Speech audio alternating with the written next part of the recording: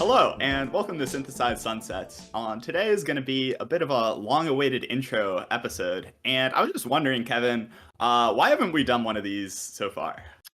Yeah, that's a pretty good question. I mean, I would say that when I initially was thinking about what to do for Synthesized Sunsets, which was originally just a magazine, it changed a lot, the original vision. Actually, the original vision for the magazine was I wanted to be like a Seattle magazine where I was just talking about Seattle stuff and exploring various scenes around Seattle and just kind of making it more of a local newspaper type feel. But then I realized that that probably just wasn't really specific enough. It seemed kind of annoying and hard to do. And then I became more interested in the speculative angle. And I knew that I wanted to write personal essays, but I also knew that I really liked science fiction and speculative fiction. I was just like, oh, maybe we could combine those things. But there was still something missing, and that something was the podcast. But all this is to say that Synthesized Sunsets is a magazine, and it's also a podcast. And for a while, it was pretty unclear how we were going to combine those two things. But I think that we definitely have a vision now. We'll see if that holds. So in the magazine, there's three kinds of pieces you can expect to find. The first kind of piece you can expect to find is a personal, introspective essay that has some speculative elements. So one example of an essay that I wrote is this essay that talks about the song "The Princess and the Clock" by Cara Cara Bonito, which is a pop song that also has some fantastical themes.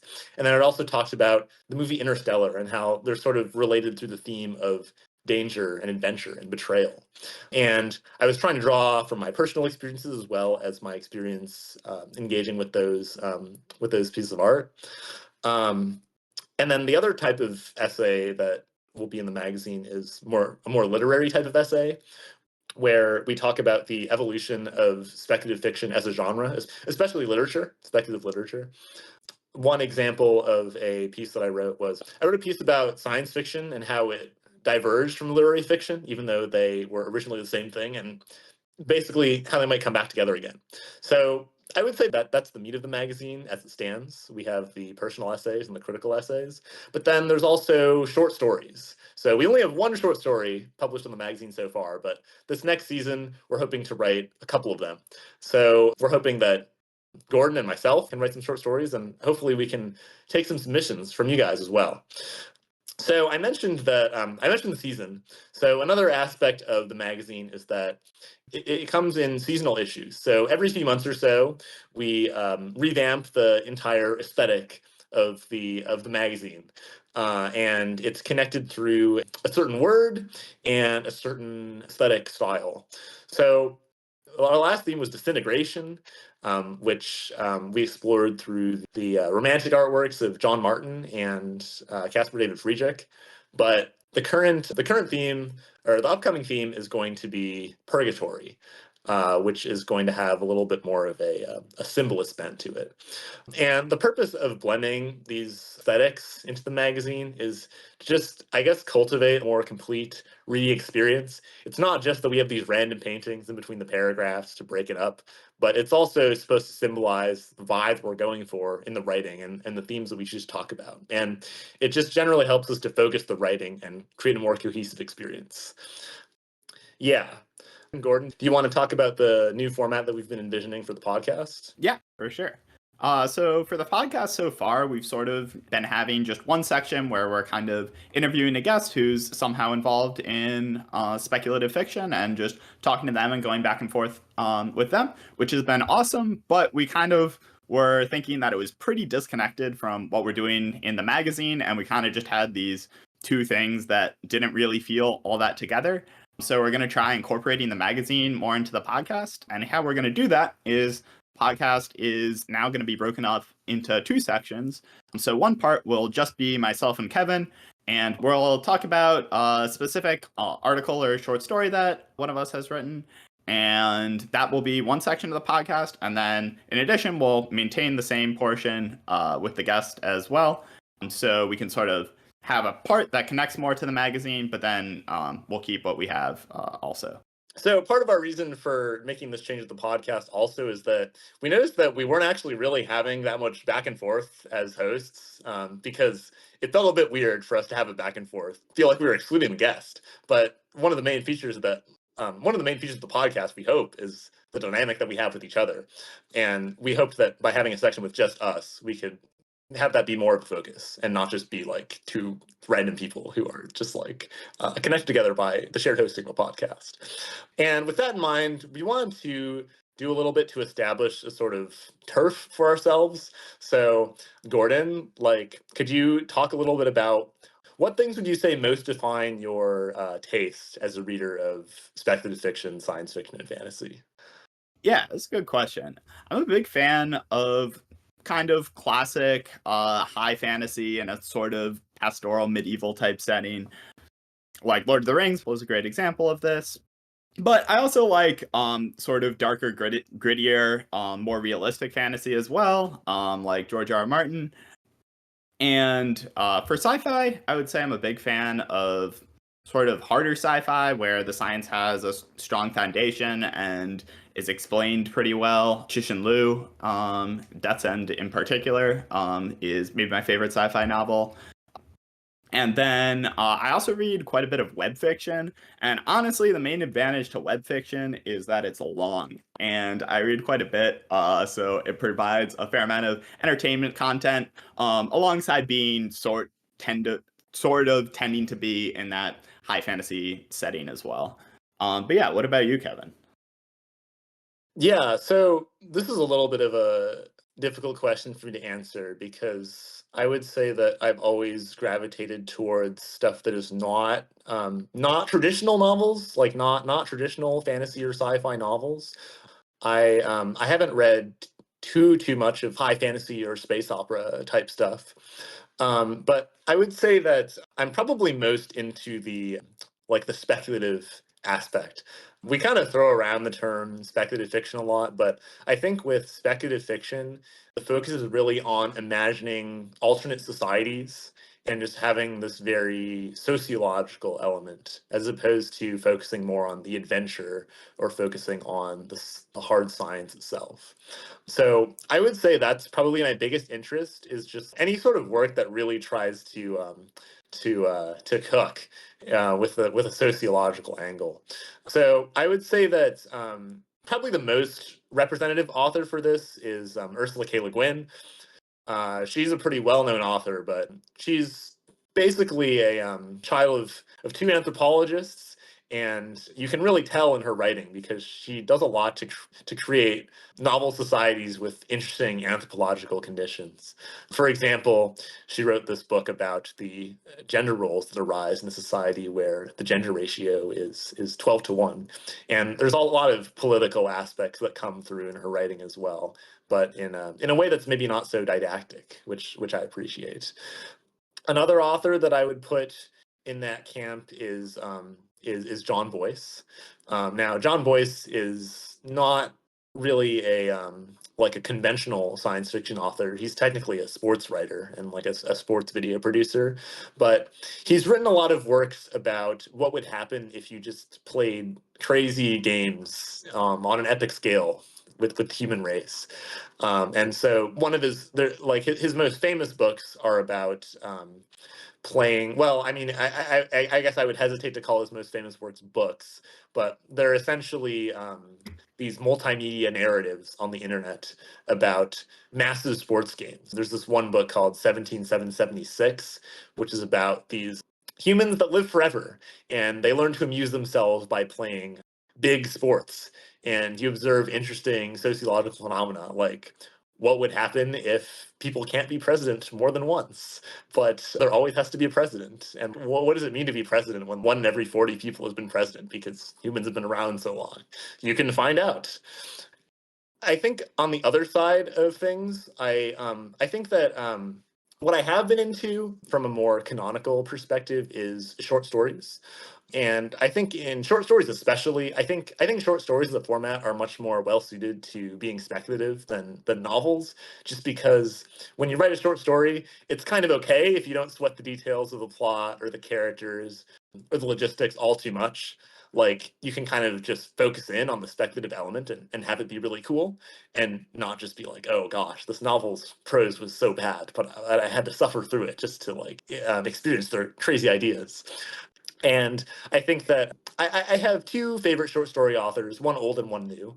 The old one is Ray Bradbury, who is obviously iconic. I think that he did a lot to elevate the genre of science fiction into a more literary craft. And I think that, especially in retrospect, his writing is just head and shoulders above his contemporaries. And he has a lot of really interesting ideas, too. It's not just the Martian Chronicles, but he also had some interesting innovations related to time travel and artificial intelligence and virtual reality.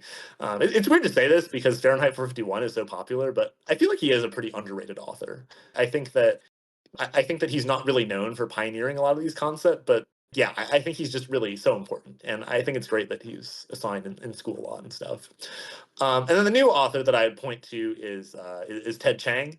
I think that Ted Chiang, I would say, is also pretty interested, maybe not on like the I guess yeah, pretty interested in the sociological angle, but I think that he focuses a little bit more on creating situations that are sort of timeless and ethereal and mystical, which sounds hard to do because it is.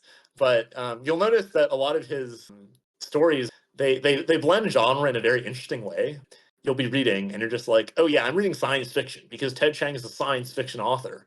But then you'll realize that actually what you read maybe isn't accurately described as science fiction at all. It's just about some tower that people built in an alternate universe where these ancient Mesopotamian religions are just true. And there's really not that much that's scientific about it. But there's just something about the way that he writes that it just sort of all feels natural. I think that you'll kind of see the genre that you're expecting to find. It's a pretty interesting property. So, but I'm definitely in an exploratory phase when it comes to more canonical science fiction. So I'm sure my mind will change a lot. I mean, I also just recently read Death's End by Cixin Liu, as Gordon mentioned, and it was really good. Really Might good book. also might also be my favorite science fiction novel. I mean, I think there's some other ones that slightly edge it out, but so there's some commonality there. But you know, and I'm also pretty into web fiction, and I know Gordon has a soft spot for some of the authors that I mentioned as well. Can you think of some other authors that we both like, Gordon? Yeah, I mean, I think we mentioned some of the main ones. There are, I think, for both of us, a good chunk of the books we've read have been recommendations from one or the other. That's And true. they're not always the best, but I mentioned Wandering in mine. Also, Mother of Learning is another great web fiction novel that we both enjoy. You mentioned Ted Chiang. Recently read all of Ted Chiang's short story collections and really liked them. So we definitely go back and forth on a number of things. Also mentioned 17776 as well. Hmm. It's interesting because you didn't know that I liked that book so much at the time, right? I think I knew you liked it quite a bit, at least. Oh, okay. I had this memory Oh, where like you were surprised that it was like my favorite book. Oh, I was definitely surprised it was your favorite book. It was a situation where we're in chemistry class in high school, right? And Kevin's like, "Oh, you should read this web interactive fictiony thing by this sports dude," and I was like, "Cool," and it was cool. And then Kevin's like the next day, "Oh yeah, by the way, it's my favorite book." I'm like, "What?" Because like in my head, I wasn't even considering it a book. Really, it was more some I sort don't of know whether to call interactive it my favorite magazine book. article. But yeah, it is really good, That's and I actually would an interesting definitely point. recommend it to anyone. Is 1776 a magazine article? I think I never thought about hmm, that, but it does start as a magazine article, and it's yeah, on a yeah, magazine website. yeah, and My if favorite only magazine article is synthesized 1776. sunsets could reach such heights. Ah, yes, my favorite news outlet. Do you read SB? You don't read SB Nation, right? Really? I've watched a fair amount of their YouTube videos, but no, I Okay, yeah, the haven't read YouTube them. videos are so good. What's like okay? What's like some bad recommendations that have been made? Um, there's a good amount that are like fine, I would say. Oh, I recently read called Ken Liu's short story collection, Hidden Girl. Oh, that was pretty mid. You didn't love Hyperion, which was a Gordon recommendation, but you thought it was fine. No, I thought it was pretty good. I Okay, think the okay. main thing is that like I really didn't connect with the writing style at first. Hmm. Um, and like it was really hard for me to get into the first tale. But I think once I got used to it, I did enjoy it a lot. I think I'd probably have given it like an 8. Okay, okay. And I think if I read it again, but it's more of like an anticipatory 8. Like I didn't have like an Mhm. 8 experience reading it. But yeah, and also I feel like the first story is like one of the best ones, if not the best one. So I feel like it kind of got nerfed especially hard. Yeah, yeah. It was probably my first or second favorite. So, Because like after I um, read the story, I was like, oh, that was cool, but like it was such a slog. Like it actually took me so long to read, and I was like, mm, ugh. Um, I just like I don't know. It sort of has that like dusty fantasy paperback vibe, if that makes sense. hmm. Like there's a certain vibe. Yeah, yeah. It's also the aesthetics of the book too. Yeah, I'm almost wondering if my experience might have been different if it was typeset differently and like had like one of those modern minimalist covers. Yeah, yeah. I think I read the ebook for it. I do kind of honestly, like most of the time, reading an actual paper book for me it normally nerfs it. I normally just read either ebook or listen to audiobook for most things I read. Okay, Even though I okay, wait. do like Important question. Ebook or PDF? wait. Do you prefer to have like an ebook with pages or like a web page or a Oh PDF? yeah, yeah, yeah. I prefer to have an ebook. I would say I Okay, like flipping pages, but that's scrolling's not interesting. scrolling's not terrible. See, I mean, I it have the probably hot take where I think ebook is the worst by far. Like, interesting. I think ebook is the worst, and then I feel like I actually think book is above that, and then scrolling is above. Okay, Yeah, okay. I prefer scrolling, just Yep. because it's like you really get into the like Silicon Valley engineered trance. I think it's Yeah, a lot truly easier part to of the get through. TikTok generation, huh, Kevin? Yeah.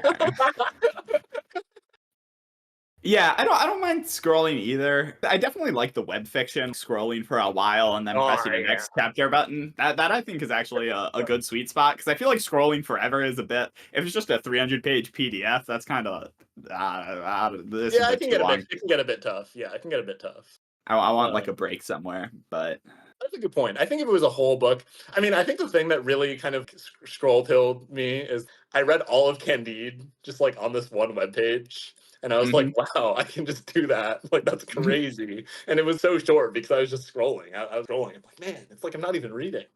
Huh. That sounds so like, yeah. Yeah. Yeah, I can't relate to that one. I don't know. Well, I mean, Hmm. I think it's more because it was like I never really had a problem getting through like entertaining books that are like modern entertainment novels. But when I was reading something older, Yeah, it would yeah. sometimes be harder for me to get into the text. But if I could just scroll it, just, scroll it, Yeah. And the thing scroll is, it. like, you can probably find a PDF of most pretty old books anyway, so Yeah. it does kind of work. Yeah. Anyway, so our preferences are pretty overlapping, but when it comes to the podcast, we're going to try to focus a little bit in our area, so to speak. So if we have a guest that's more into high fantasy, probably Gordon will be doing more of the talking. If we have an author that's more into the speculative fiction side of things, it'll probably be more of me. But this delineation isn't super cut and dry. It's more just like, I guess, a sort of bias that we have more than anything. Yeah. Um, so with that out of the way, we've mentioned our theme a couple times, but I think purgatory is a pretty compelling theme.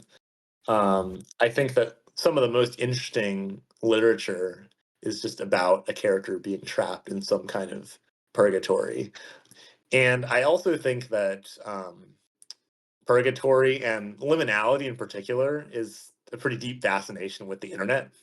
And because I have a bias towards fiction that's more digital in nature, I also share this fascination. Like, I've definitely spent times looking at the back room liminal spaces subreddit. So there's definitely there's definitely been like an aesthetic pull for purgatory for me for a while.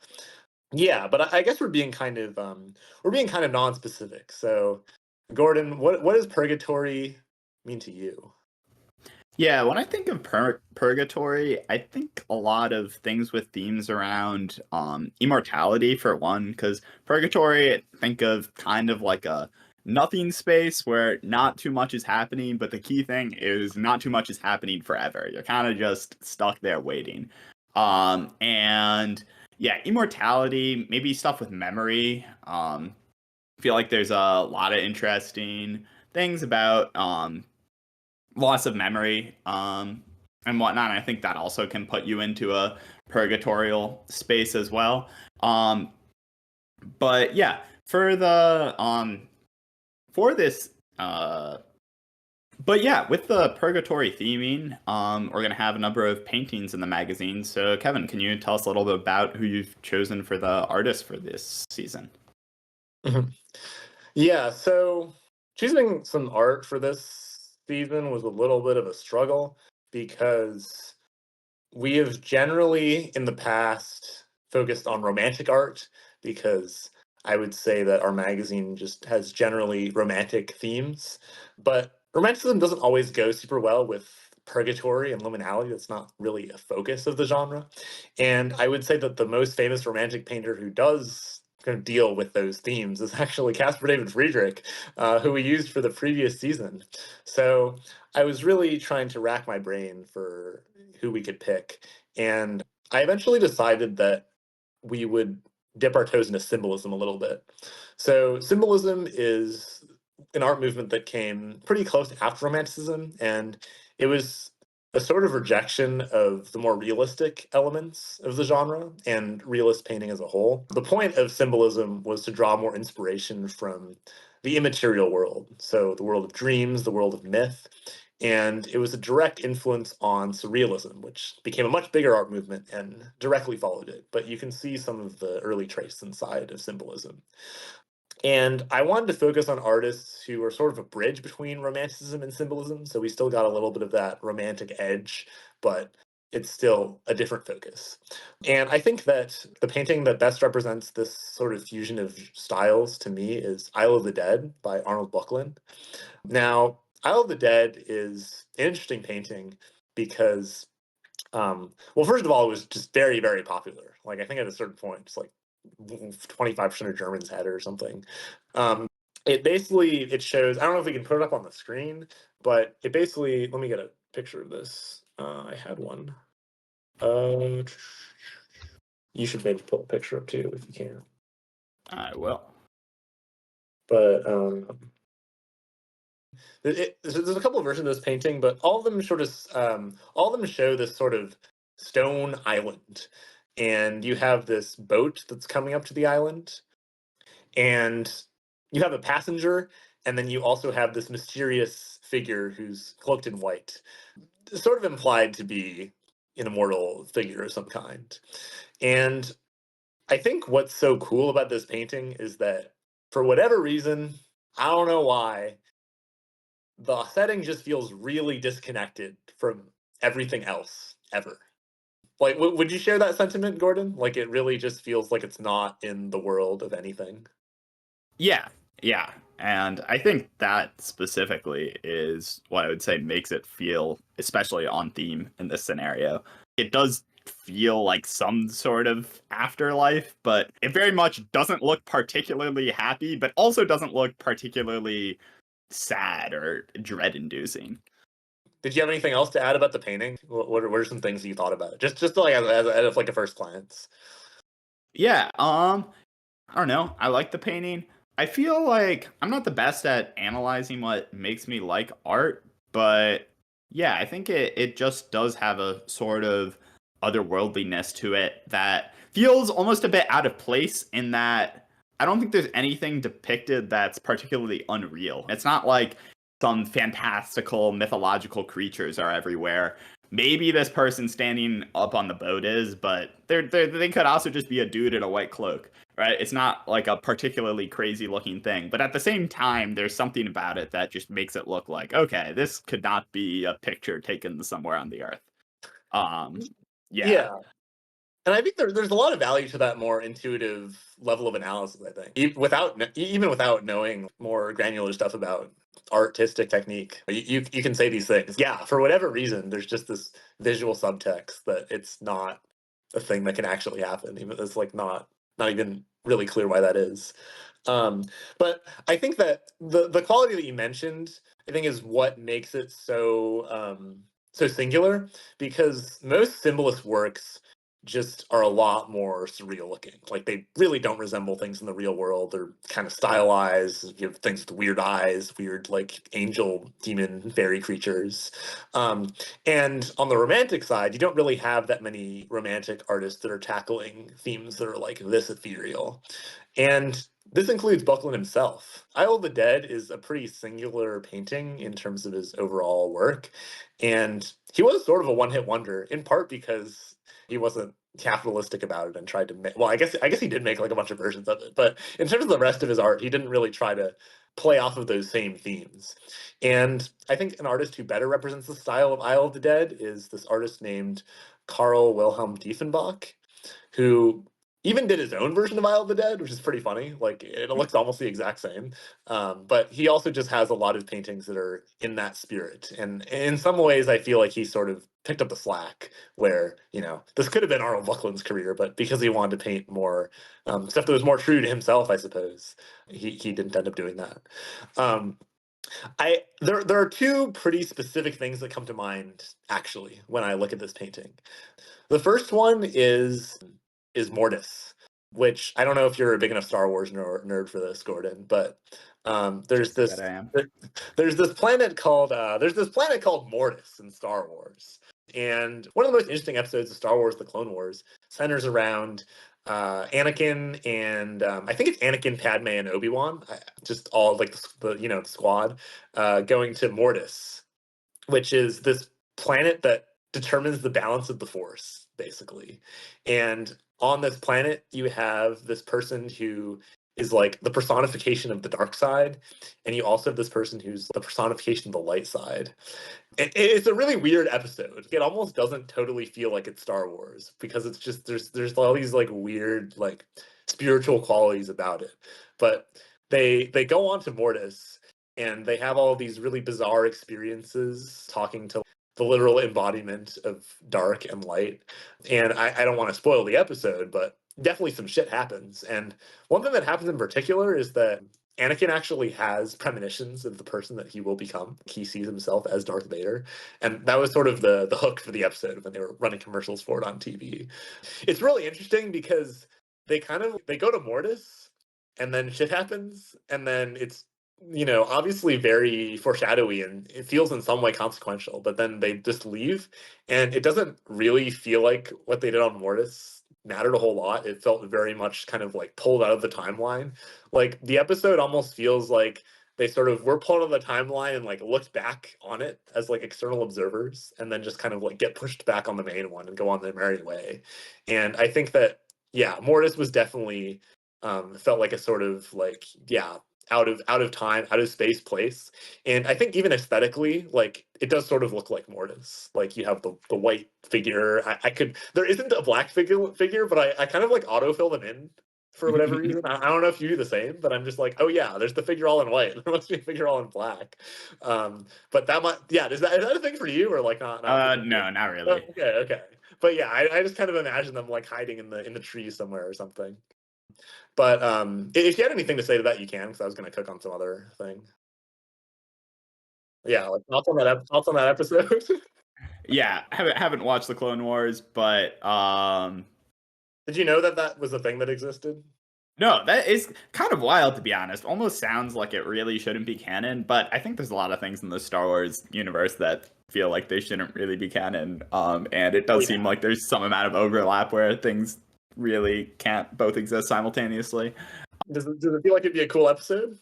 But it does feel like it would be a cool episode. And I agree this painting gives a similar vibe of a location of out of time episode of a TV show could take place. Yeah. Um, yeah, the other thing that this painting really reminds me of is actually Pokemon. I'm known to bring up Pokemon and also Star Wars way too much, but like there are these so if you're not familiar in Pokemon there's these rare Pokemon called legendary Pokemon, and they're unique in that for most Pokemon you kind of just like run around some grass and they'll randomly appear, but a legendary Pokemon actually gets like a sprite on the screen and you like go up to the sprite and talk to it, and that's how you initiate battle. And they're usually just put on these really remote epic locations, so they might be like at the top of this tall tower. You go all the way to the top, and there's this legendary Pokemon, and you fight them, and you can catch them. The thing about legendary Pokemon is that you also can't capture most of them in the game by default. There's usually some sort of extra thing that you need to do. And so then there's a lot of legendary Pokemon that just aren't really catchable at all within certain games. And so one thing that early YouTube was really big on was just producing these tantalizing gameplay videos or images that were just totally fake. But there's like, this is how you catch Deoxys in Pokemon Diamond, or like, this is how you catch Heatran in Pokemon Emerald. I mean, that's a bit absurd, but it would be these very high quality replications of some sort of gameplay act that you might do to get to this place where you can get this Pokemon that you normally can't get to. And there's this one image that I remember in particular where you have this island that has the legendary Pokemon Deoxys on it, and there's also a player. And it's just in the middle of this ocean, there's nothing else in sight. And it's really not clear at all how they got there. I mean, it's literally impossible because there's just no navigable route into this island. It's up on this hill. And so this formation just can't exist in any Pokemon game under normal circumstances. Like it literally just is out of space. And there was something that was very captivating about that image to me. I remember when I had this Pokemon birthday party, I hung up a bunch of Pokemon pictures, but I had this one specifically, and I would just look at it for a while, just like, wow, that really is a dude and some Deoxys that are ready to encounter each other. That's pretty cool. And I just think there was a lot there. And I think that Isle of the Dead and this Deoxys pixel art are just very thematically cohesive for me for some reason. Like I can't look at the Isle of the Dead painting without thinking about that Deoxys image. And I'm not going to talk about Pokemon all day. I also wanted to talk about some literary works that embody purgatory for us. So, Gordon, what's a book that you would say feels especially purgatorial? Yeah. So one book that I feel like really amplifies purgatory for me is The Flower That Bloomed Nowhere, which is a web fiction that is honestly really hard to describe succinctly, but I'll give it a shot. So basically, you have a group of sort of magical grad student researchers that goes on this trip to a immortality cult, and this immortality cult is located in this place that is just sort of situated outside of time and space, and maybe there's something weird happening with a time loop or something, but it's kind of unclear going in. And as a result, with the combination of the setting and just the way all the characters talk to each other, the book is just honestly mainly just conversations about politics and magic and relationships and shit. And the subject matter in terms of focusing on immortality a lot, it really has a strong purgatory vibe for sure. Sort of just as an example of what's going on here and why I really feel like it has this theme is there's this one scene where our main character is thinking, and they're walking around this garden in this enclosure or something, and they look out into what is the ocean, I believe, sort of, but it's wait, are they underwater? I think they're underwater. Yeah, I think they're underwater, but it's weird. It's weirdly unclear.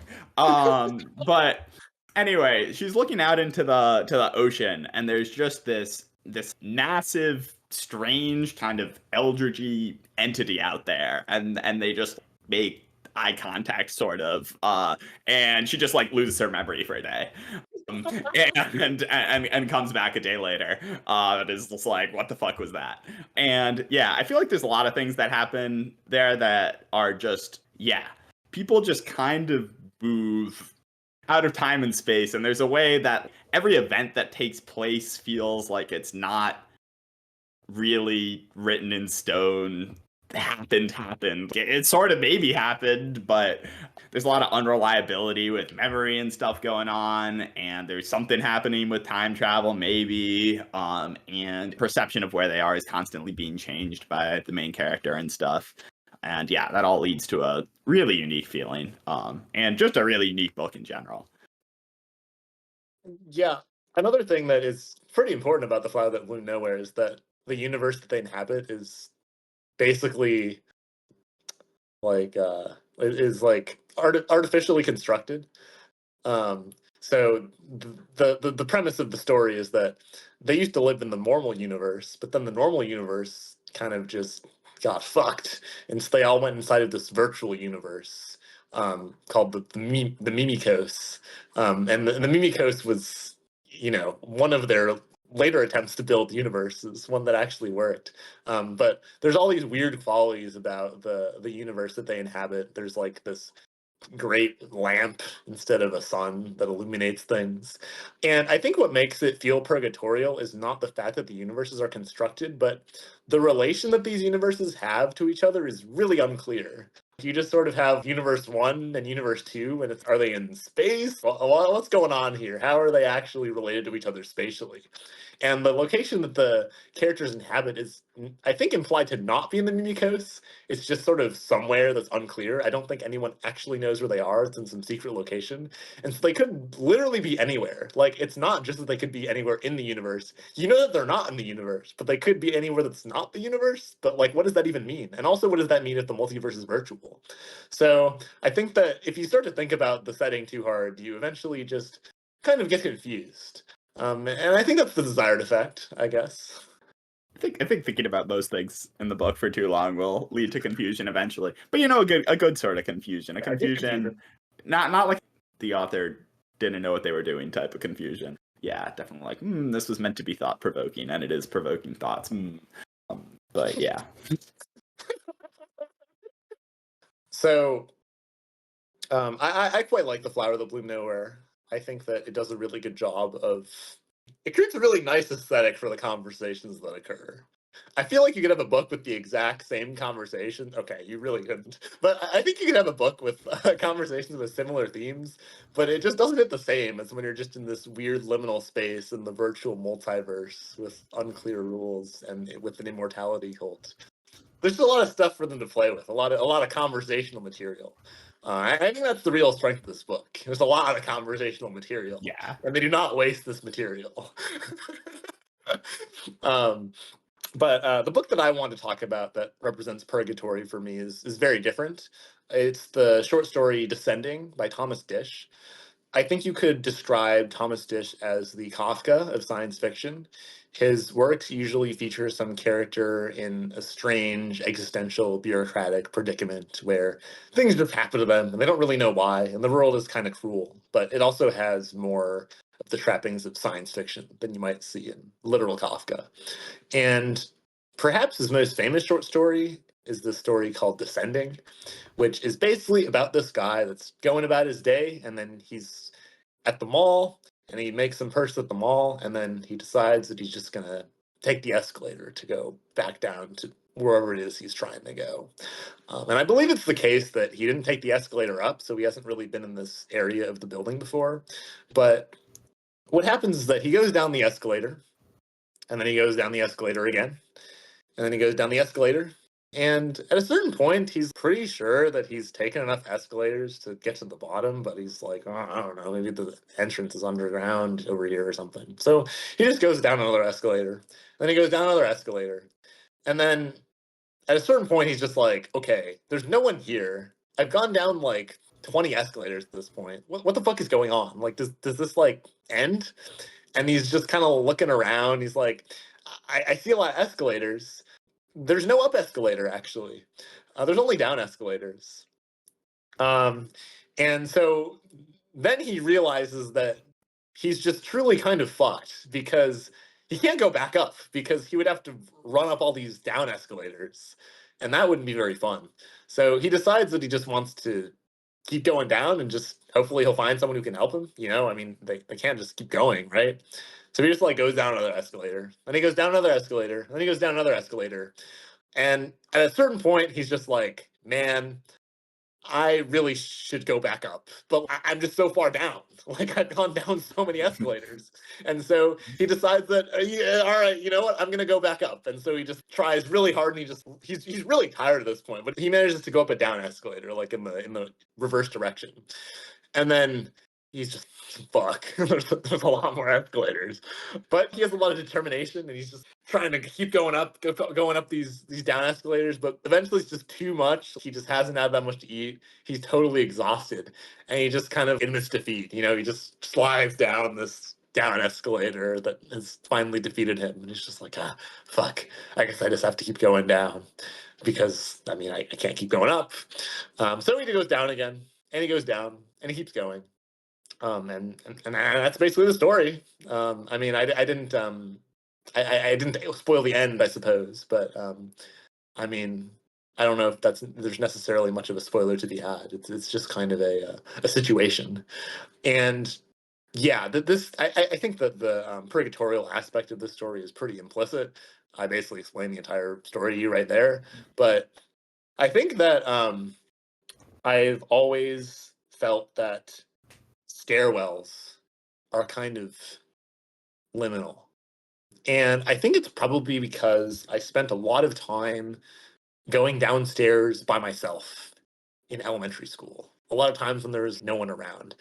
Uh, I would imagine this is a pretty typical experience, but I think I probably ended up doing it more. There were just a lot of situations where I was like basically alone in these spaces and like going up and down an escalator or going up and down stairs. And I also spent a very long time in my elementary school, like 8 years, which I think is a pretty long time. And so I developed a pretty strong attachment to a lot of these structures.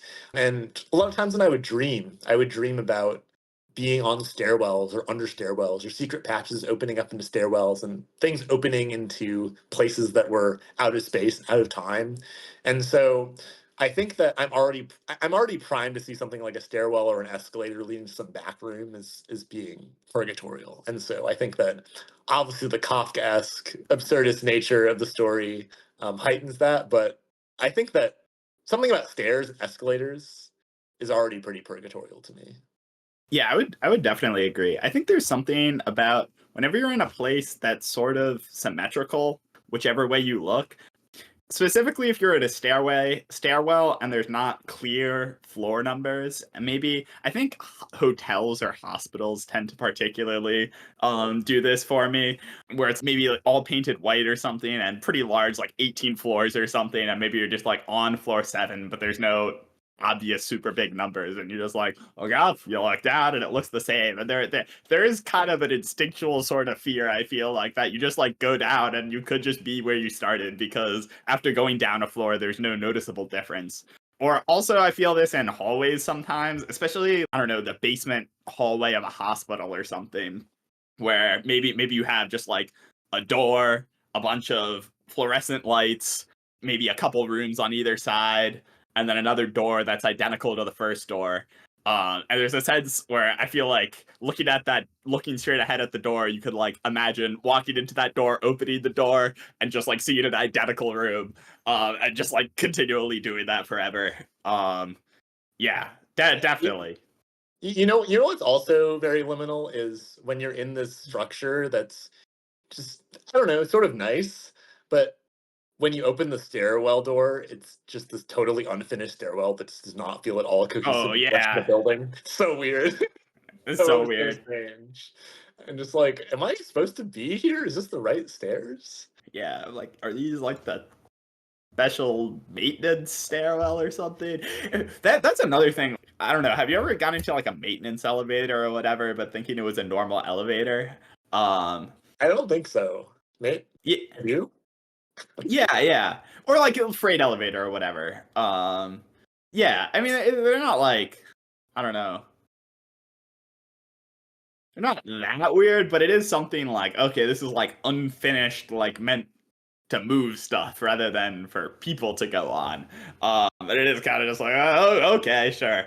Um, Well, there are also those maintenance staircases, that go to places that you're not supposed to go to as a normal person, but someone has to go there, like maybe a mhm. rooftop.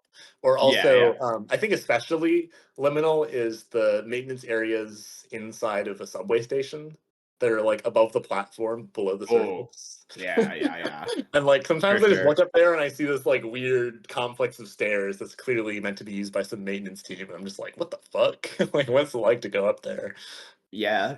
Also, just something about like In a subway station with more than with three or more like platforms. I feel like if you're just like at sort of the like I feel like if you're in a subway station and there's trains that run on a level below you and trains that run on a level above you and trains that run on the level where you're at, it's like something's kind of feels not right. I don't know. It's kind of cool, but at the same time, it's a bit alarming. Uh-huh. Uh-huh. Um, but um, but yeah, yeah, I mean, I think that I think schools and staircases or train stations and staircases are a particularly potent combination. So maybe it could have been even more liminal feeling if he said it in one of those places instead of the mall. But I think it's pretty liminal as it is. Yeah. But I think that that's a pretty good time to wrap things up. I just want to reiterate that our magazine is open for submissions. If you have any idea for a personal essay infused with speculative elements or a short story that fits with the theme, let us know. We're certainly open to submissions of any kind. And even if your submission isn't a great fit for the magazine, we're definitely willing to help you hash it out and turn it into something that is. And also, we have an exciting slate of guests for this next season. We're looking to expand more to the general speculative fiction community around Substack and try to get more guests that aren't just our friends, even though we love them. So you can look forward to that. And you can also look forward to a more regular update schedule. In the past, we posted essays and podcast episodes a little bit more sporadically, but you can expect us to establish a little more of a weekly cadence. So you won't just be sitting there and be like, oh, a really long essay. Or like, oh, nothing for like 3 weeks. So that should be a welcome change as well. But yeah, I mean, Gordon, did you have anything else to add? That pretty much covers everything, but we're looking forward to all the changes, and we'll see you all next week.